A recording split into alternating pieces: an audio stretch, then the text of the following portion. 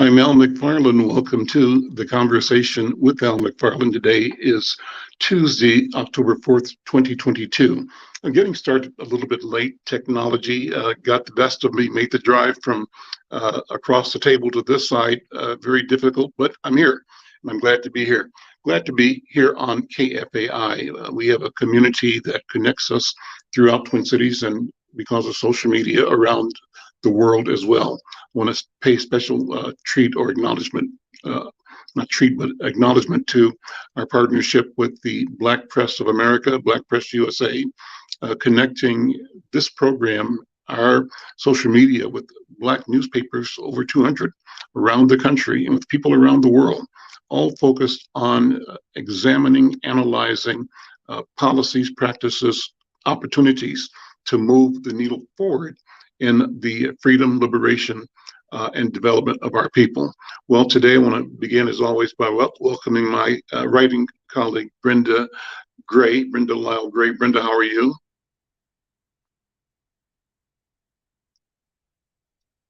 And you're muted. I'm not hearing you, but maybe somebody else is hearing you.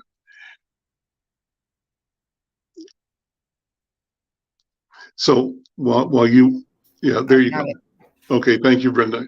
Good to see you. You were animated in your. No, I was just saying it was cold down here. We've missed autumn. Okay. Oh, it went from 90 to 40. That's a huge. Listen, let's jump into today's program. In the past, I think you were with me when I interviewed Chancellor Dervinder Malhotra. Oh, yeah. Who is with the Minnesota State University system. He's here again today. Chancellor, good afternoon. Welcome back to the conversation with Al McFarlane. How are you? Good afternoon. Good afternoon, Al.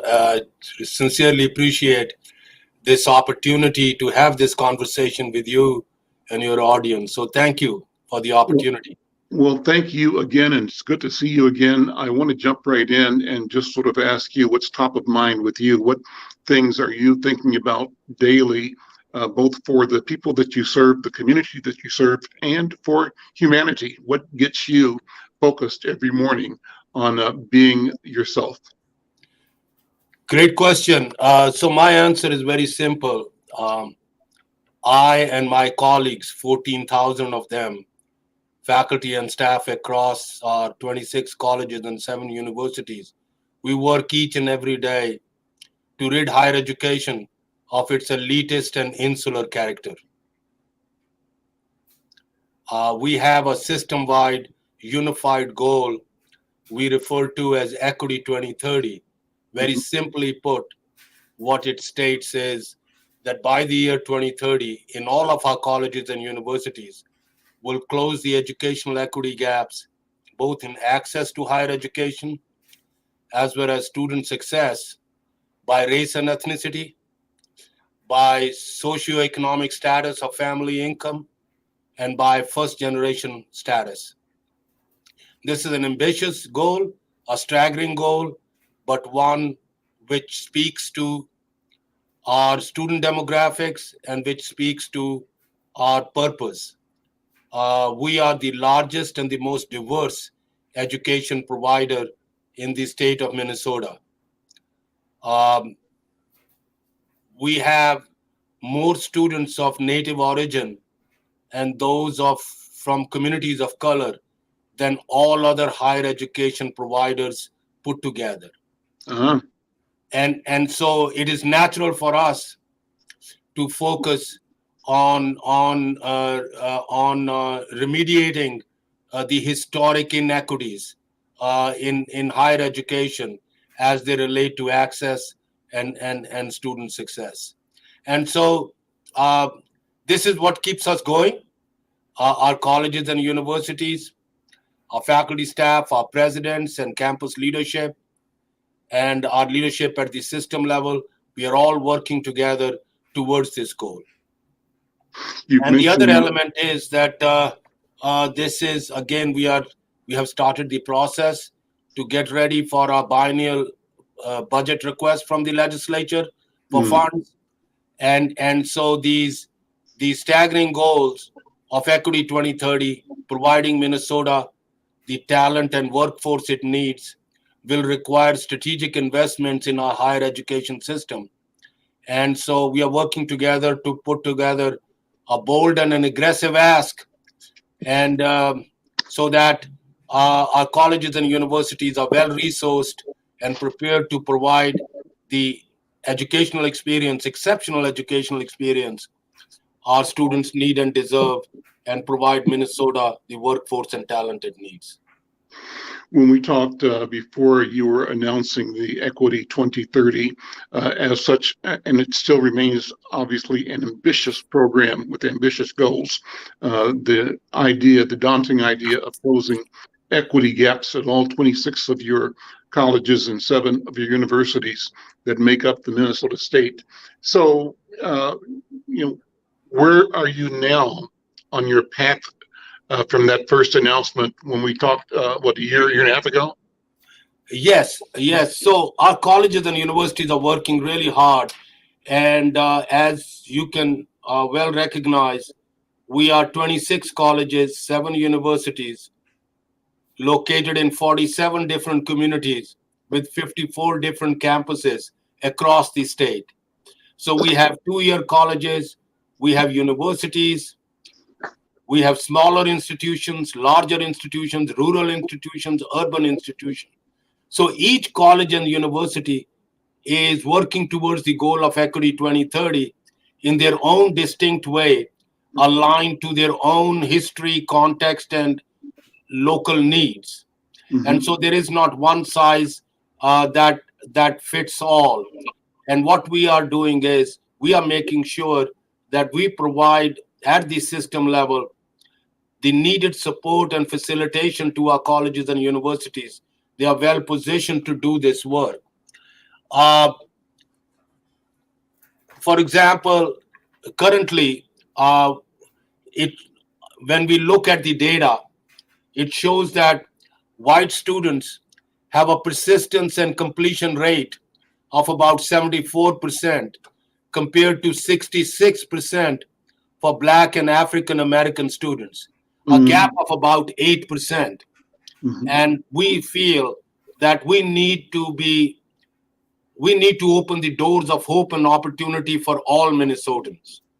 And so we are in the process where we undertake our work of teaching and learning, our work of student support in a manner that all our students have access to exceptional education and maximize the likelihood of their success. So, what are you doing to measure your movement toward these goals? Is there a particular strategy that allows you to bookmark or benchmark? Sure. Yeah, a great question, Al. In recent months, we shared this with our board of trustees, so it is a very timely question. In order to monitor the progress towards Equity 2030, we have a dashboard which we call the Equity Scorecard.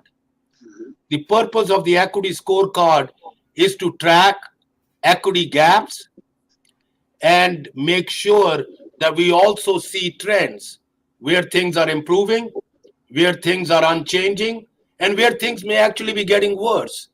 And then from that data and information, we understand the size and scope of the problem, and we understand what kind of strategies are needed in order to move in the right direction. And this Equity Scorecard has key performance indicators, data, which includes student success by race and ethnicity, by family income, socioeconomic status, and by first-generation status. It also includes information and data on compositional diversity, that is, how diverse is our workforce and what kind of a progress we are making there, because it's important that our students of color see themselves in the faculty who are teaching them, in the staff who are supporting them, in the presidents who are leading the institutions they are attending. So a compositional diversity, we track that, and that's very important to us. We are also focusing on employee retention by race and ethnicity, and how well we support all our employees, no matter what their background is. And then finally, we also track data on supplier diversity. We are a large organization. We seek a lot of services and materials from outside, and we want to make sure that we support minority and women-owned businesses. It sounds like a fairly comprehensive, expansive approach that covers a number of the areas that we normally don't associate with movement in diversity and inclusion, but that are necessary. What learnings do you have? I know it's early in the game, but any findings so far, any surprises so far, any surprisingly good results so far? Yeah. So you're right. I mean, it's a daunting task. And we are not only in the business of teaching and learning, but we are also a learning organization. And so as we implement and execute our strategies and work towards Equity 2030, there are a lot of lessons to be learned. And one thing which we have learned is from the data we see, and it is becoming more and more clear, is that many of these students are not able to persist, not because they couldn't do the academic work in the classroom. They are in good academic standing, but life happens. Somebody's car breaks down. They come from an economically vulnerable background. They don't have the money to fix the car. They miss school for 2 weeks. That puts them behind. There is a high rates of food insecurity among our students, high rates of housing insecurity among our students. Mental health has taken a spike, particularly during the COVID and post-COVID. And so the major lesson we have learned is, in order for our students to succeed, we have to focus not only what happens in the classroom, but what also happens outside the classroom to them, which restricts them from either accessing higher education or persisting through to the finish line. I'm Al McFarlane. You're listening to Conversations, or The Conversation with Al McFarlane. My guest is Dr. Dervinder Malhotra. She heads Minnesota State, and we're talking about their aggressive, I think impressive, Equity 2020 plan. Doctor, I know you've got a couple of minutes left before you leave, but what philosophy undergirds these initiatives? I've been reading a lot, and what I'm reading makes me appreciate the comprehensive approach that you're taking so much more. And it sounds to me like your strategy really reimagines the role, the purpose of education as a tool to enable ongoing interactions that elevate individuals, that teach us to do specific things, but also to how to do things, and also how to share what we are learning in ways that move the entire community and entire family forward. I mean, the fact that you're looking at food insecurity and housing insecurity and all the other things that are tangential to the primary articulated mission of classroom study means that there's a bigger picture and a larger arena to play in. So what philosophy guides that, and what is the outcome that you desire from a philosophical point of view? Yeah. Again, Al, I think historically, certain segments of our population were marginalized and oppressed. And historically, certain segments of the population have tremendous amount of economic vulnerabilities. And therefore, it makes sense for us to level the playing field. So closing of these educational equity gaps is a moral imperative. It is a right thing to do. But it is also a social imperative and an economic imperative. Let me give you one element, and that is that the benefits of closing the educational equity gaps go beyond just the benefits to the individual who's acquiring the education. Mm-hmm. To just give you one element, that I think closing of the educational equity gaps is the best workforce development strategy which the state of Minnesota can adopt. Just to give you a sense why I say that, 75% of the current and future jobs will require some post-secondary credentials. Okay. And you know that Minnesota is becoming increasingly diverse. And in fact, in the Twin Cities, 100% of the additional population will come from communities of color. So you put those two things together, tomorrow's employers will be going to communities looking for workers with post-secondary credentials, precisely the communities who have historically had very low participation rates in higher education. If you put the two together, Minnesota, we have a problem.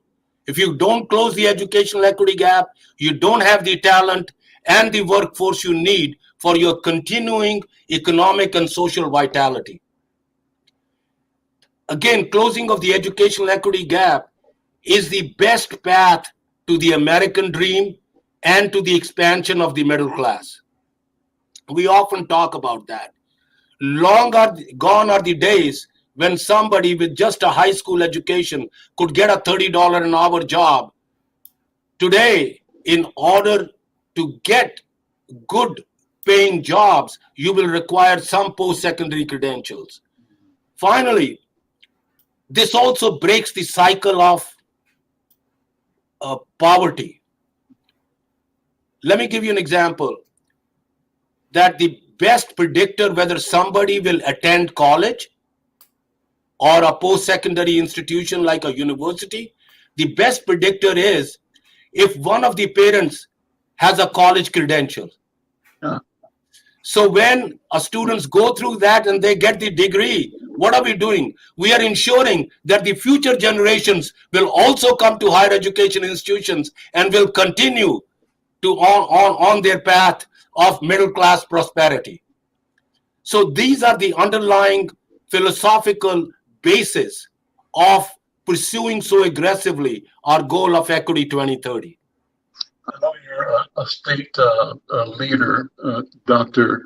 Malhotra, but what does this consideration, what does success mean, not only for Minnesota as a state, not only for our country, but for the reimagination of how we interact with resources globally? I'm impressed that you talk about the numbers of people of color served by Minnesota State. Many of those families have families in the Caribbean, in South America, in Asia, South Asia, and in Africa. And so, in a sense, not only are you impacting their experience here locally, but because they have financial and cultural ties to their homelands, and because there's commerce and there's support, direct investments that workers here send to parents and grandparents and neighborhoods at home, wherever home may be, you're having an impact globally. Have you thought about that? What does it mean for the larger global economy if more people of color in this community move in ways of improving their capability, their learning, earning, and their power to do? Yes, great question. Being an immigrant myself, I can relate to your question very, very well. A couple of thoughts there. One is that the world itself is very interconnected right now. Mm-hmm. You know, forget about just the Twin Cities, where this diversity fueled by first-generation immigrants is very, very evident. Whether you go to the east side of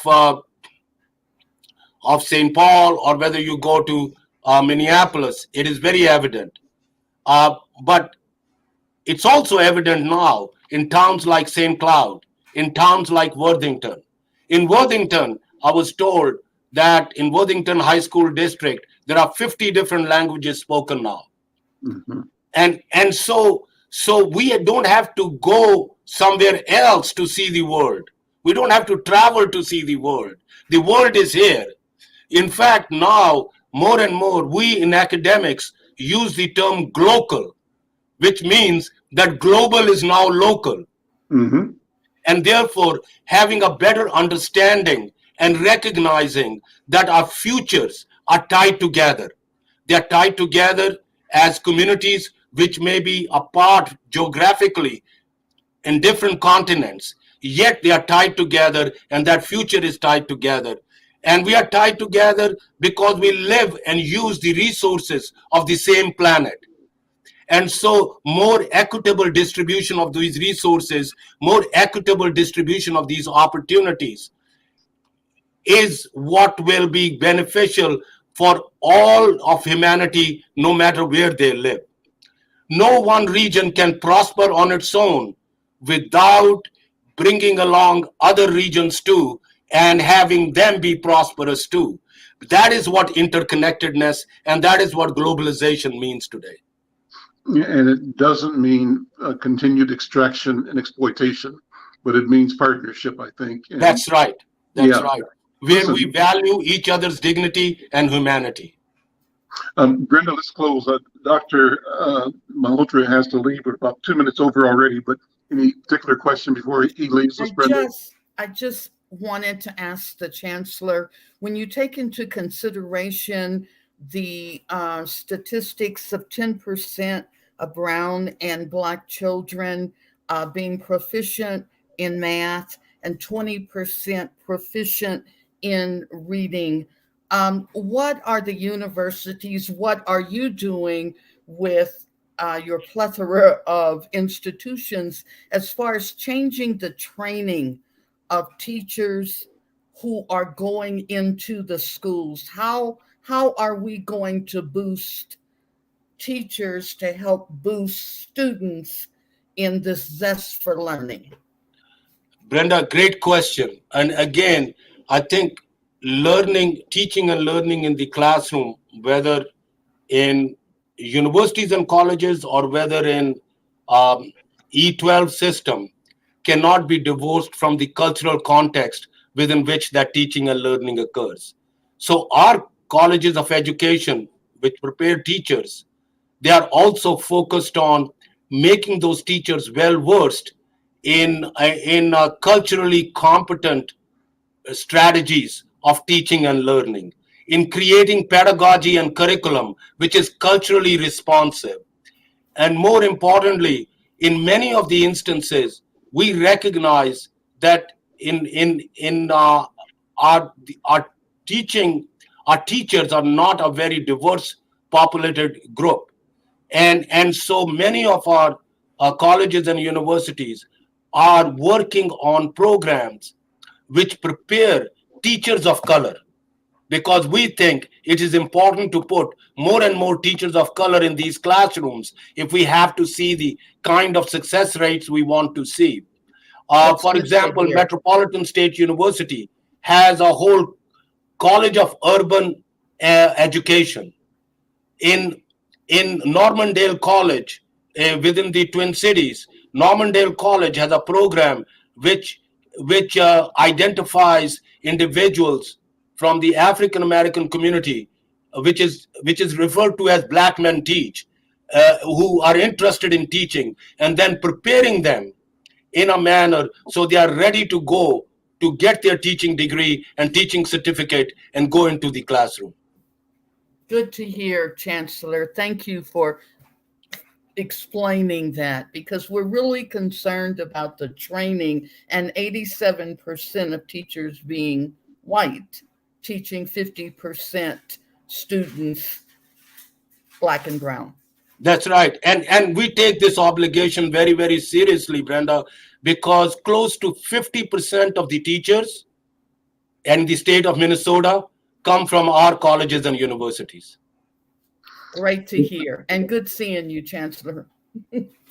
Chancellor, thank you so much for being with us again. We'll invite you back as often as you're available, because I think it's critically important to do the update, to maintain a public conversation about the success you have moving towards these robust, but I believe and you believe achievable goals of obliterating the gap of wealth and education and quality of life between different members of our community. Chancellor, thank you so much, and we'll see you next time. Thank you, Al. Thank you, Brenda. Thank you for the Bye-bye. opportunity, and thank you for your continuing engagement and partnership with us. Awesome. I'm Al McFarlane. This is The Conversation with Al McFarlane. Always cool to talk to him and to listen to him. I love the passion, the clarity. Passionate. Oh, Yeah, and the scope and the willingness to make sure that we don't leave out parts of our humanity and when we he's look at the main honest. thing. Yeah. He's so honest and Yeah. forthright. Love Well, it. let's bring some more guests in. I think my friend, Brother Douglas Ewart is here. Douglas Ewart, are you here? He was. There he is. All right. Good to see you, man. How you doing? I'm doing excellent, thank you. And I think we have some friends from Penumbra in the studio. Let's bring them on as well right now. But I'll begin. Hey, there he is. Hey. Let me begin with you. And this is kind of open architecture, but introduce you first of all. Douglas Ewart is an educator, a lecturer, an arts organization consultant, an all-around visionary. And he's worked in diverse media projects, including award-winning and acclaimed, producing an award-winning and acclaimed 40-plus year career in music. He's brought these awesome gifts into a sensibility that encourages and celebrates as an antidote to division and compartmentalization, brings this sense of wholeness for individuals and culturally active communities. I could read more. I'll stop there because it sets up, Brother Douglas, a chance for you to talk about what's on your mind right now, and even to respond to the conversation we just had with the Chancellor. Well, thanks for having me. I think what's on my mind after listening to the Chancellor is the fact that artists have always recognized the interdependence of the globe, the impact of artists in civilizing the world, in giving it a wider vision about moving forward, and the fact that we'd even have a distinguishing term for higher education to me is a bit troubling because all education should be higher in terms of what its goal is in determining the fate of the planet, and to get away from the barter ideas that we have about things and the various definitions that we've had to make names for minorities, different races, which is a fallacy. It's really different ethnicities that we're talking about. But because we live in a society that has developed these divisions, we've had to create a lot of nomenclatures to define the stupidity. What I'm thinking about is artists galvanizing the globe, and that we see the globe and its finite resources, that we have to have a whole nother approach to how we're living on the planet. And we have to de-barter, if you will, the planet and start looking at it as the planet. The planet is the home of humans.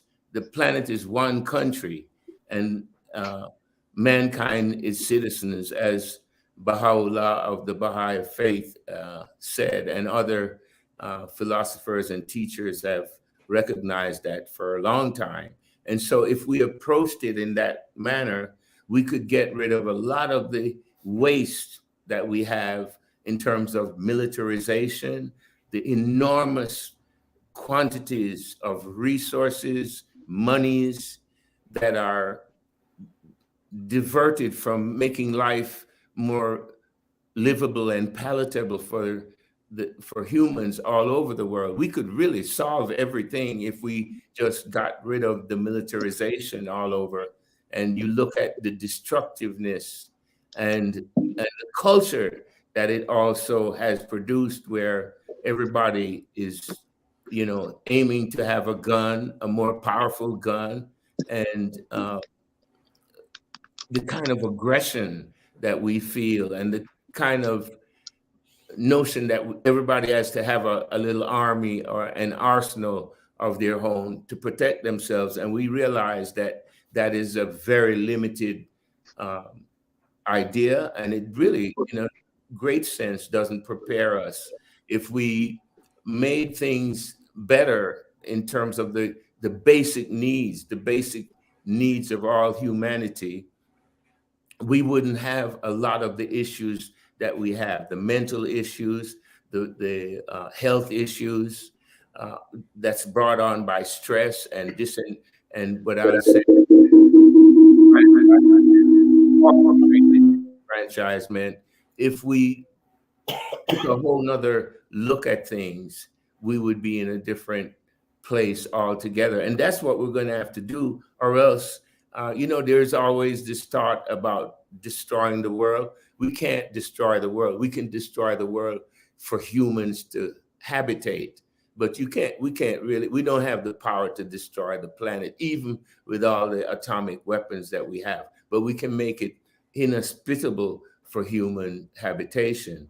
So that's what we have to realize, and to realize that, the notion of imperialism, the idea of colonialism, those things they're really over if we plan to be able to continue living. One of the things that strikes me a lot now is the drive to go out of space. And I'm not against space probing. I think it's a great idea. However, there is no place that we've seen yet that makes it habitable for humans in the way that we live on Earth. In other words, we'd have to live in cocoons and little bags and so on and we don't know what the ramifications will be in terms of how gravity behaves in terms of human physicality. And if we did find a place that's habitable, are we going to go and do the same things we're doing to planet Earth? Because typically moving from one state to another does not change one's conduct. It's an internal thing. It's a spiritual thing. It's an emotional thing. It's an intellectual thing that we have to deal with. And if we cannot take care of planet Earth, I don't see us taking care of any place that we may venture to. I think one of the things that I was here to maybe mention is, and maybe you can address that with a question, Brother McFarlane, is the McKnight ward. I think that's what may have. No, just go right into it. Go right ahead. Well, I'm a recipient of the McKnight Distinguished Artist Award for 2022, and it's quite an award in terms of having your peers decide that. And my understanding is that there were 60 nominees this year. And so I was the sole recipient, because each year only one person is chosen for this category of award. And it's just been, Wesley. It's been affirming. It's buoyed me. It's affirming in terms of having your peers um, make that choice and to give you a salute. And one must always be able to stand firm on your own. However, no individual, there are no self-made individuals. I don't believe in that. I understand what people mean, that some people have a powerful drive and a powerful direction, but we are supported by numerous people, often people that you don't see or even know. And so that notion is a fallacy. And if we got rid of that idea about self-made anything, or this is the greatest country on the planet idea, those kinds of ideas, if we got rid of those and realized the interdependence, the importance of recognizing each other, I think we could surmount all of our issues that we're currently facing, because they're promulgated on nonsensical structures about being superior to other people, structures that people are beneath you and that you're better than others simply because of an economic advantage. And often, if you look into the history of how you've come to be in this position, you'll see that often you've arrived there because of some structures that enabled you to be there while disenfranchising others. I was just thinking about the notion of the African diaspora and what Africans have done to global development. And when we look at the transatlantic slave trade and Black people that were brought here, we didn't come here simply as laborers. We came here because of our intellect and our ingenuity and our brilliance and our knowledge of many things, our knowledge of chemistry, science, agriculture, architecture, and so on. But because the conqueror writes the history, that has been placed in such a position that people believe that Black people came here and white people taught us everything we know. So I was making several mental gymnastic moves as you were speaking, Brother Douglas Ewart, because you said we came here with all these attributes. Then I think you said we came here because of them. And I was thinking of that in the fact that we were forced here, but it was particularly these gifts and these attributes that made us, put us in a commoditized situation where the conquerors, the colonizers, the exploiters recognized and extracted the value of our humanity and of our genius and of our gift for their own enrichment, and used a system of attempting to deny both to themselves and to us the truth of our genius. And so I was trying to put that in context as you're speaking. Am I hearing it the right way? What do you think? You're hearing it the right way. And they said that you can never keep someone down without being there too. And so this orchestrated disenfranchisement is causing problems for everyone, including the so-called conquerors, because you know you only stay on top when you're doing wrong for a short period of time, a long time in terms of how long humans live, but a short time in terms of how long we've been here as beings on the planet. But the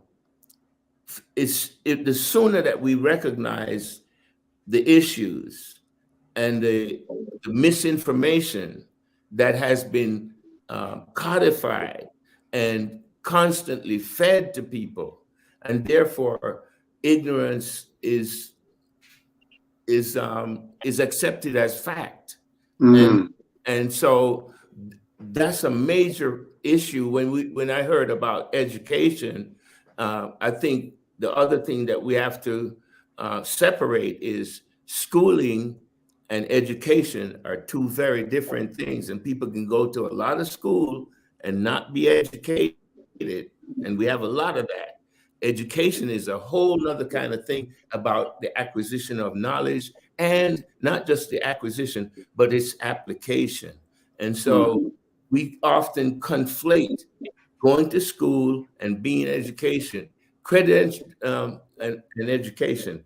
Being credentialed is a whole nother thing also from being properly schooled and properly prepared, properly educated, because people that have never had a whole lot of schooling. Now, I'm not against going to school, don't get me wrong. I think we need to go to school. We need to develop schooling better, starting from the womb all the way out, because education starts at the womb. One of the things that I think about a lot is illnesses that Black and brown people experience.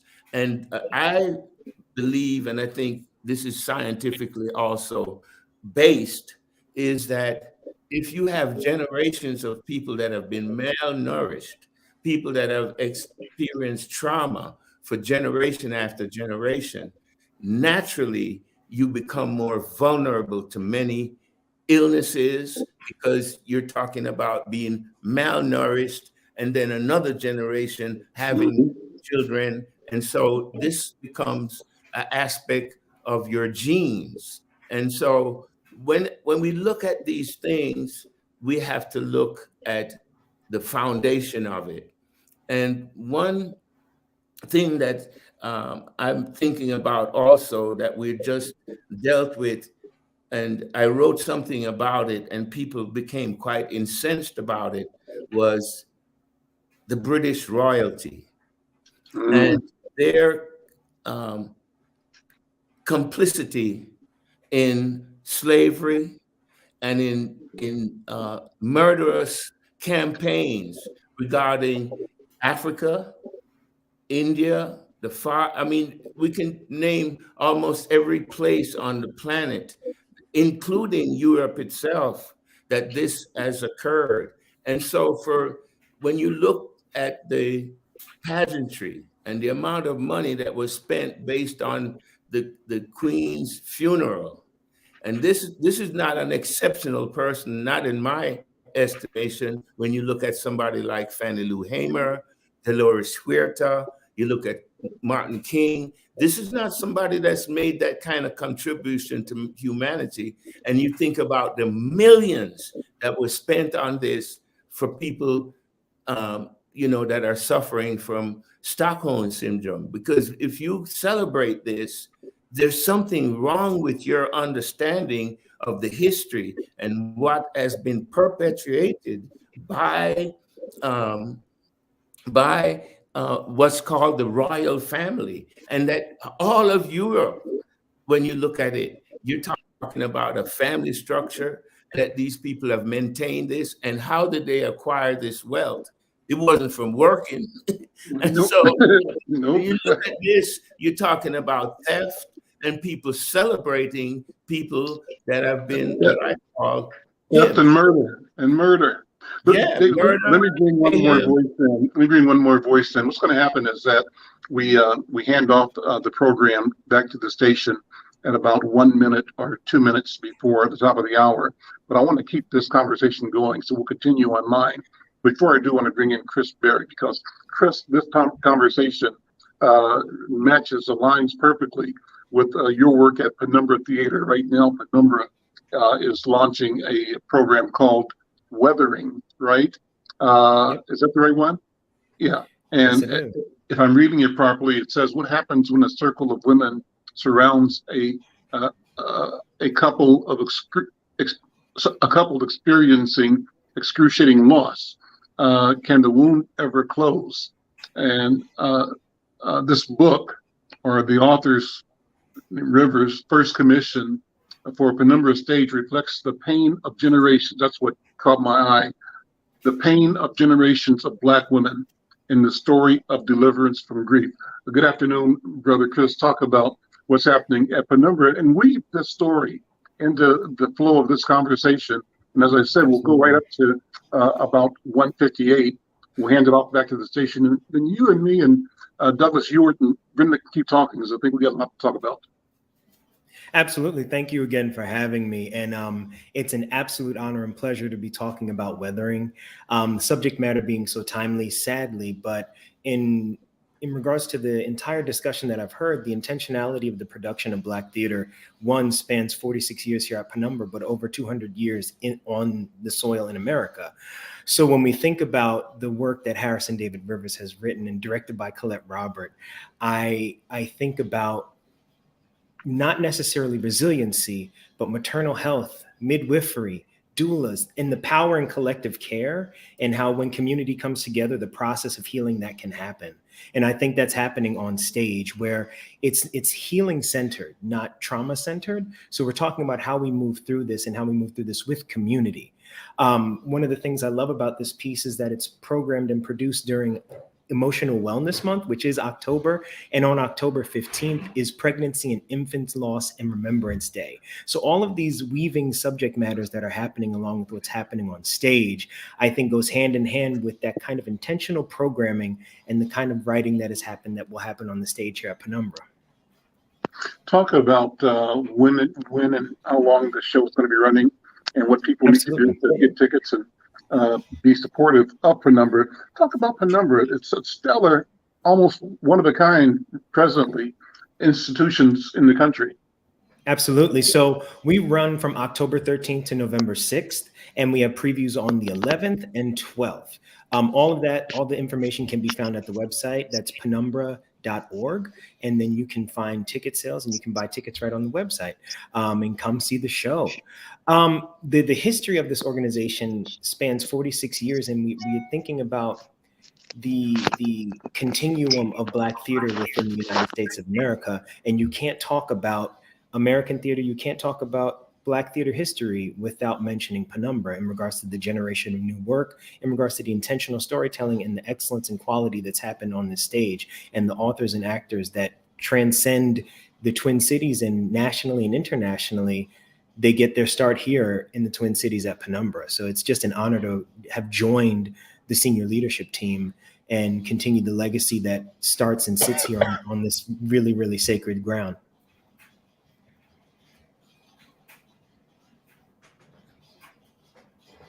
We can't, you're muted.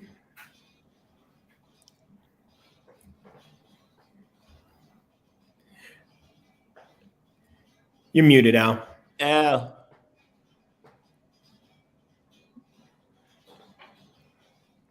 Sorry, I muted. I was switching instruments from my telephone to my desktop, so apologies.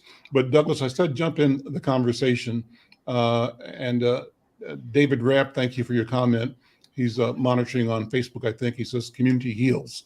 Put that comment back up again from David Rapp. Community heals, isolation kills. So David and team, let's talk about the healing mission of art, of theater, of culture, and how that happens in productions like Weathering, but how it happens in music as well, how it happens in the education that you're talking about, Douglas, education versus the schooling. How do we teach ourselves to see and move differently in ways that celebrate our wholeness, our fullness, our potential, and our equity in creation itself? Chris, you and Douglas. Oh, I'm sorry. Absolutely. I think that really talks about the evolution of the organization in regards to thinking of us as a center for racial healing that focuses on equity, wellness, and art, and thinking about these intersections that have historically been a part of Black theater, but now naming it and acknowledging the work that has been done in Black theaters across this nation, and specifically at Penumbra, and talking about how if the art is the access point, how do we then move past the stage to then create a more equitable and more well world for our communities? And so that it's not about just witnessing a performance. And that's one of the things that is so different about seeing shows at Penumbra, is that it's not about just the stage. It's that the stage calls you to act, and it calls you to move, to change the situations, and it affirms that you're not insane. And it affirms that what you're experiencing is not in isolation, and that it encourages community. So in regards to the evolution of the organization, along with how that healing happens, it does happen with all of us, with community, in community, because in isolation, we begin to think that there's no solution outside of ourselves. And it's so obvious in regards to the work that happens here and the work that happens in so many other Black producing organizations and in Black music, that it has to happen in community. I think that, Let's go ahead. Yeah, I think that one of the most important learning institutions is the family, and to turn to our elders and to keep the family together, because the basis of my education and the strength of my education came from my parents and my grandparents and the neighborhood in a very informal and in a traditional way of the community looking out for everyone that's in it. That is the basis of powerful education that never stops, has no boundaries, and is neither higher nor lower, because it's part of a continuum. When we have to separate education and name it in that sense, to me, it's already showing you a dangerous compartmentalization of what knowledge and wisdom is. And we can only get that from our elders. School starts at home. It's not a building, and it's not that kind of institution. And we've come to rely far too much on that as a means of the development of the mind and the heart. And so until we get away from that notion, we will always be behind, and there'll always be disenfranchisement, because the training starts in the womb with the food, the care of the carrier of the children, and all of those things. That is where education starts. And that's where it stops if it's not done from the beginning. Douglas, I'm looking at you here through our YouTube or social media connection, and I'm seeing a gazillion instruments behind you and around you. And let me impose upon you and ask you to grab what the Spirit puts in your hand and do something to close out this part of the program, because I'd be remiss in not asking and inviting you to share a feeling, a thought, a sound. And then after that, bring out. I'm going to keep talking, okay? And we'll go to the top of the hour. I'm Al McFarlane. This is The Conversation, and we'll come back and keep the conversation going with Douglas, Ewart, Berry, and Brenda Lyle after the top of the hour.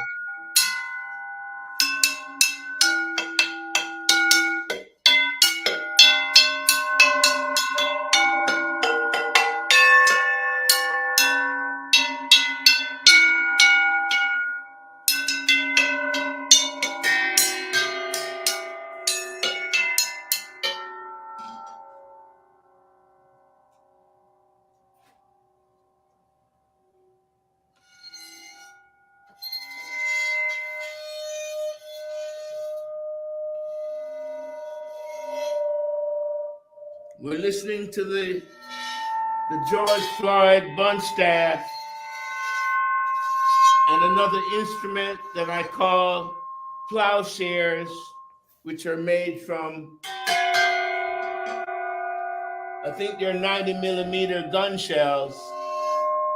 And you know the story of beating our weapons into gardening tools. It's so important that we stop the stupidity. We see that weaponizing ourselves is not protection. No matter how many guns, we already have millions. I estimate that there's probably 1 billion guns in America, and every day we hear about a shooting that more guns were not able to prevent. We can only prevent that through overstanding, love, and people being developed in a rational environment. Places on the planet that once were peaceful are now inundated by guns that come from the so-called developed nations. And what do people mean by developed?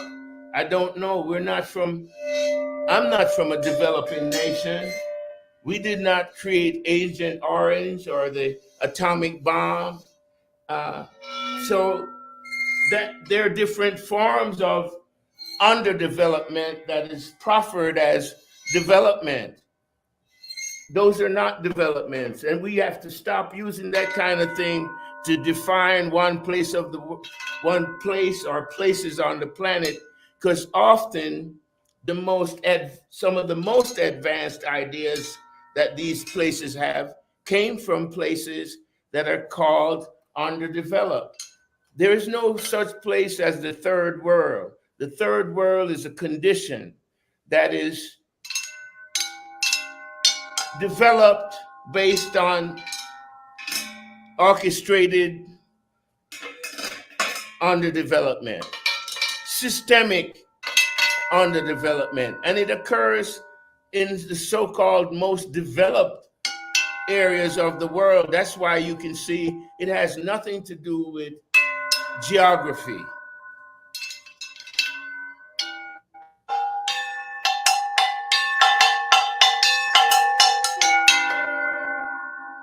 This is the George Floyd Bunch staff, and it was developed as a salute to what George Floyd's murder did on a global level in terms of alerting us. And he's not an anomaly. This is something that occurs globally every day. And we cannot relent, we cannot allow the kind of words to go on, such as truth to power. There's no truth to power. Truth is power. That's why Dolores Huerta, that's why Fannie Lou Hamer were powerful. They didn't have any position, but what they were speaking was so potent that it made the people that had authority, not power, authority, quiver and quake in their boots. And so we have to be careful about regurgitating words like minority. What do you mean by minority? Who is defining me? How do you define me as a minority? I have blood, I have bone, I have eyes. All humans have this. And so when we allow ourselves and we reiterate these words, we give them power. The other one is white supremacy. It's not white supremacy, it's white inferiority complex that we're looking at. We're looking at self-loathing. That's what makes anybody feel that they have to bully other people and beat up other people. You have to be really shallow inside to do that. People that are powerful in themselves have no time or any notion to behave in that way. And so we have to get rid of that term and call it what it is. Because as long as we say supremacy, that's what people hear. And it bolsters their position. That's my feeling on the subject of that.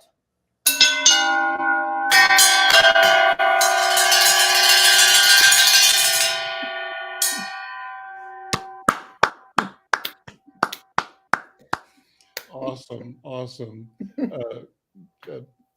I'm going to have Chris and Brenda jump in. One of the things you talked about before we went off the air that I wanted you to spend more time with Douglas Ewart was this question of the royalty and the fascination that the world expects us to have at the transfer of power and ownership from one monarch to the next, her son. And a phrase I've been hearing a lot lately that I like, you can comment on this, is a call to the world that we decolonize our minds. What does that mean to you? Does that make sense as a concept, as a phrase, as a call to action to decolonize the mind? Are our minds victims? Oh, so even in saying that, one of the people I heard in a recent podcast talked about the European invasion of African lands, the wars they fought over African territory, African wealth, and African bodies, and the machinery that allowed the Europeans to prevail, meaning automated firepower and capacity to kill. And in one or more than one instance, a victory was commemorated by decapitating a leader of an army or a king of a country, and that king's head shipped to London, where it was on display along with the decapitated head of a king from Java, for example. But a practice of trophying our minds, our heads, as a symbol of our ability to think and do. The parallel was that though that was a physical decapitation, it accompanied and reflected a social, mental decapitation, wherein colonizers sought to erase historical memory, to replace our own memory, knowledge, and way of knowing and assembling the world with their memory. So the memory that we have, and I would call this not education, but training. The memory we get through the system is a memory of white or European or colonizer version of experience. What do you think, Douglas Ewart? Well, it's obvious that our minds have been colonized. Our bodies have been colonized. We have to, as I mentioned earlier, there's such a thing as Stockholm Syndrome. It might be called other things, wherein one become even a sympathizer and an arm of the oppressor.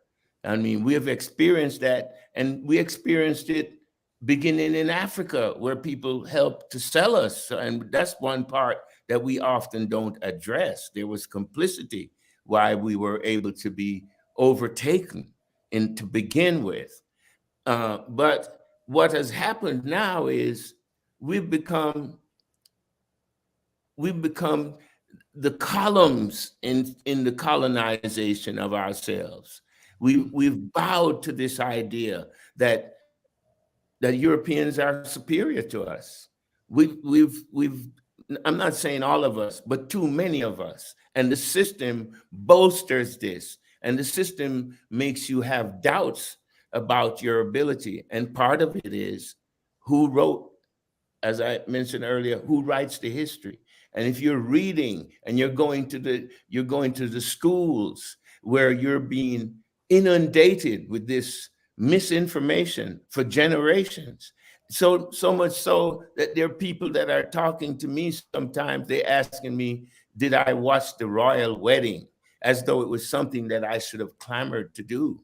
And then people attacked me because I wrote and say, well, the Queen, Elizabeth and many others were complicit in colonization, in the behavior of people like Ian Smith.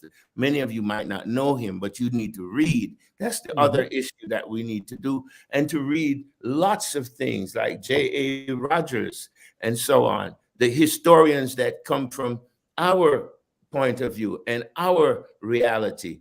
We have to read these things, and we have to purge ourselves. We've been systematically laden with this misinformation, so we have to just as systematically rid ourselves of it. And part of that is studying, and the information is here. It's even within the libraries of our oppressors, but we have to go after it. Just as J.A. Rogers, who didn't go to a whole bunch of schools, but is one of the most formidable historians on the planet.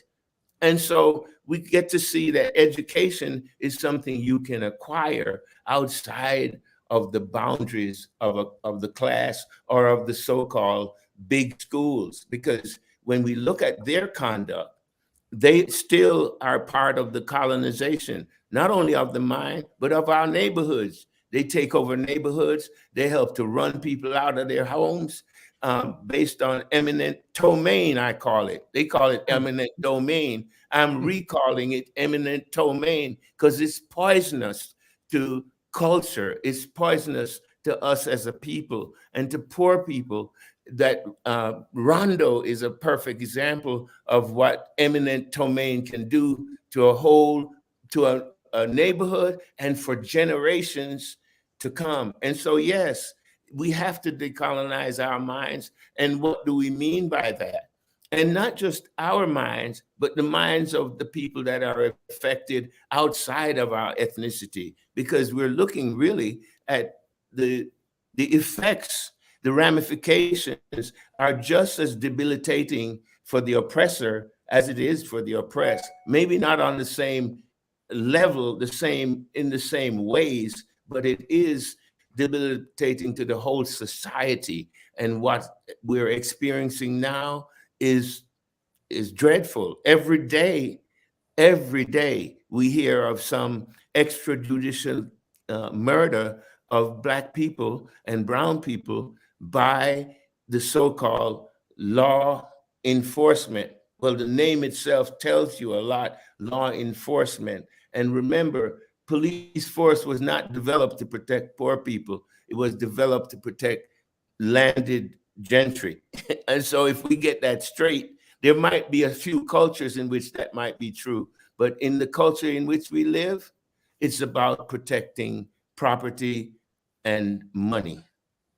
Let me close out with Chris Berry one more time. This really aligns with everything that you're doing and the mission and the work and the presence of Penumbra in the Rondo neighborhood as a beacon, as a platform, and as a place that in a way that's unfiltered, that's genuine, authentic, provides an analysis that celebrates our our being at the center of creation. But take a minute before we close, Brother Chris, and invite us again to weathering. Absolutely. Thank you again. 100% agree. You know, one of the lovely things about Penumbra is that it is a Black-centered organization, and proudly that. And in regards to the work that's happening on stage, again, decolonizing goes hand in hand with what is happening on the stage when we think about the work that's done traditionally with ancestral memory in that intergenerational conversation. We're talking about midwifery, doulas, and that cultural tradition that happens in birthing, and to juxtapose it with the really, really harsh stats that Black women in particular are dealing with in regards to Black maternal mortality rates and Black birthing people's mortality rates. Mm-hmm. And so again, you can visit the website Penumbra Theater, that's theater with an RE.org. Get tickets, come be a part of the conversation, engage in dialogue. We're here to engage and make sure that this work does live past the stage. I want to thank you, Douglas R. Ewart. Congratulations again on being named a McKnight Interdisciplinary Artist for 2022, the Distinguished Artist for 2022. Congratulations, brother. Chris, good to meet you, man. And good Pleasure. to see you. We've had a long relationship with Penumbra. We want to elevate that and grow it. So thank you for being here today, and want to invite the community to support and to be supported by healing that takes place at Penumbra. Brenda, as always, thank you. And I want to say goodbye to our friends. This is The Conversation with Al McFarlane. We'll see you tomorrow. Take care. Bye-bye. Thank you. Thank you, Douglas. I'll call you, man. Peace.